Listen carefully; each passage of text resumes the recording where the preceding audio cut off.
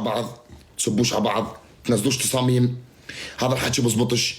انتم بتفتنوا شعوب، بتفتنوا بلاد، واحنا احسن من هيك. والله احسن من هيك احنا.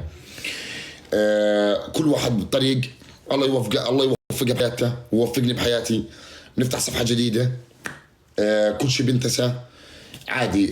كل بني ادم بالدنيا يعني جرب ومشيت معه الحياه وما زبطت معه، ف يعني الا ما يصير بينهم خلاف. فاحنا شو بشكر ربي على اللي صار، وهي بتشكر ربها على اللي صار. بالعكس، هي ما شفت منها كل خير، وانا ما شفت منها الا كل خير. بطلب طلب. هي ما قالت اسمي، بعرف انها ما قالت اسمي يا اخوان. انا مش عليها، انا مش على ضحى. انا بسولف على البنت اللي كانت مع ضحى. حلو. هذيك البنت اللي كانت مع ضحى، الحق علي، انا غلط مني اني انا عملت لها قيمه بالبرنامج. والله غلط مني، لانها هي اول بنت طلعت معي بالبرنامج. اقسم بالله العظيم بثها كان يصل 100 و200.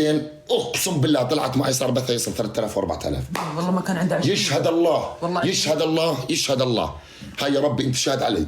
البنت كان بثها 100 و200، طلعت معي اقسم بالله بثها طار بالعلالي. هذا اول يوم طلعت معي فيه. فكش من الفتنه. اعتبارا من اليوم بيني وبين ضحى الحمد لله ما في اشي بالمره.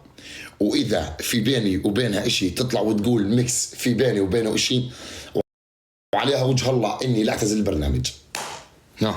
اذا بتقول لكم ميكس مثلا غلط بحقي، ولا سوى معي اشي، ولا عمل ولا كذا، وعليها وجه الله اني لا اعتزل البرنامج وما بتشوفوني، عشان اعطيكم اياها من الاخر. بس انا واثق من حالي. والله ما عملت لا اشي، وما عملت الا كل خير، والله يوفق الاثنين. تمام. وبطلب طلب من الفانزات، لا تفتنوا بعض، لا تغلطوا على بعض.